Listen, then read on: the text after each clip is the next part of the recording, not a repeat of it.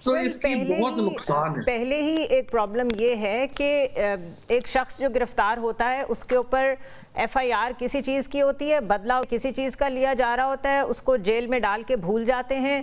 ججز کو بھی فرصت نہیں ہوتی کہ وہ دیکھیں کہ اصل میں ان کی کیا ڈیوٹی ہے. آن ٹاپ آف ایٹ اگر ورکنگ جرنلسٹ کو بھی یہ فکر پڑ جائے کہ پتہ نہیں وہ کیا ایسی بات بول دے گا جو کسی کو بری لگ جائے, کون اس کو کس کانٹیکسٹ میں لے, اس کو فیک نیوز کہہ دے, اس کو پارلیمنٹ کے خلاف کہہ دے, اس کو اینٹی اسٹیٹ کہہ دے, اینٹی عدلیہ کہہ دے, مطلب اٹ از ٹو ویگ.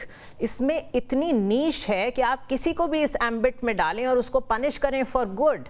تو اس کے اوپر تو میرے خیال ہے بہت اسٹرانگ ایک رسپانس ہر پولیٹیکل پارٹی کی طرف سے آنا چاہیے تھا. اچھا, پیپلز پارٹی کی طرف سے آف کورس کیوں آنا تھا, وہ اتحادی ہیں اس وقت. نون لیگ بھی گورنمنٹ میں ہے, جو تھوڑا بہت ہم نے سنا ہے وہ حافظ نعیم الرحمان بول رہے ہیں. کم از کم پی ٹی آئی کی طرف سے ہی کوئی لوگ آ جاتے کہ جی یہ غلط ہو رہا ہے, لیکن everybody is busy. So journalist community in the end, میں ورکنگ جرنلسٹ کی بات کر رہی ہوں, میں مالکان کی بات نہیں کر رہی, we suffer at every end and no matter who is in the government. نہیں, پہلے تو خیر میں آپ کی اس بات سے ایگری نہیں ہوں. پی ٹی آئی میں تو بہت آئی تھنک سب سے زیادہ آواز پی ٹی آئی نے ہی اٹھائی ہے, ٹو بی فیئر ود, چاہے وہ کمیٹی میٹنگ ہو, چاہے وہ پارلیمنٹ ہو, یا پارلیمنٹ کے باہر جب یہ جلوس ہوا تو سب سے ویزیبل اس میں پی ٹی آئی کے لوگ تھے. تو یہ کہنا کہ پی ٹی آئی نہیں تھی اور کوئی اور تھا, وہ اصل میں آپ نہیں تھے نا. دوسری بات you are the face of journalist in P T آئی.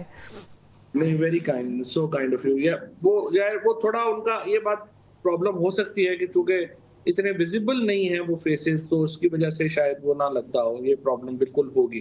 لیکن دیکھیے اس میں دیکھیے سب سے جو پرابلمٹک چیز ہے, اب وہ انفارمیشن منسٹر کہہ رہا ہے کہ دیکھیں یہ تو صرف سوشل میڈیا پہ اپلائی ہوگا, فارمل میڈیا پہ اپلائی نہیں ہوگا. اب اس سے زیادہ جہلانہ کیا بات ہے کہ آپ دیکھیں, میں اور آپ بات کر رہے ہیں, اب یہ جو ہی پروگرام ایئر ہوتا ہے اس کے آدھے گھنٹے بعد, 2 گھنٹے بعد یہ کلپ سارے سوشل میڈیا پہ شیئر ہوں گے. اس کے بعد اگلے دن پرنٹ میں بھی شاید کسی میں خبر چھپ جائے.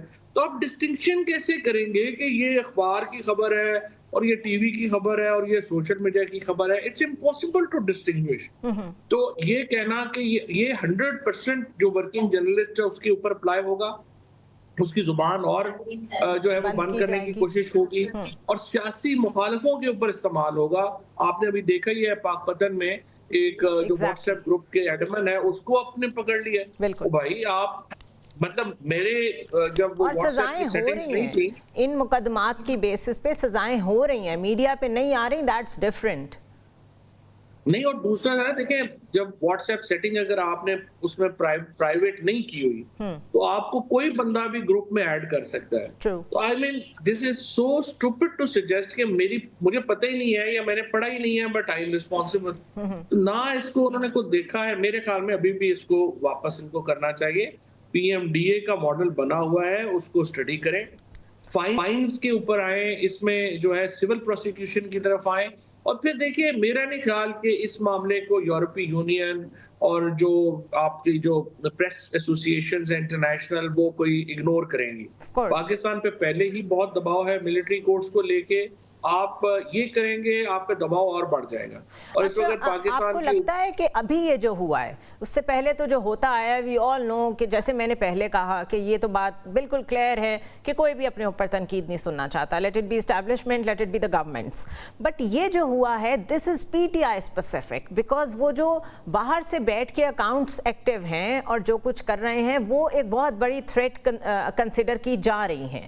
تو یہ اس وقت جس ہیسٹ کے ساتھ اس کو پاس کیا گیا ہے, اور ابھی خیر سینٹ میں ویٹ تو ہو رہا ہے, عامر الیاس رانا مجھے کہہ رہے تھے کہ گورنمنٹ کے ساتھ ہم بات چیت کر رہے ہیں, اس میں چیزیں چینج کریں, لیٹس سی. بٹ یہ آپ کو پی ٹی آئی اسپیسیفک لگتا ہے؟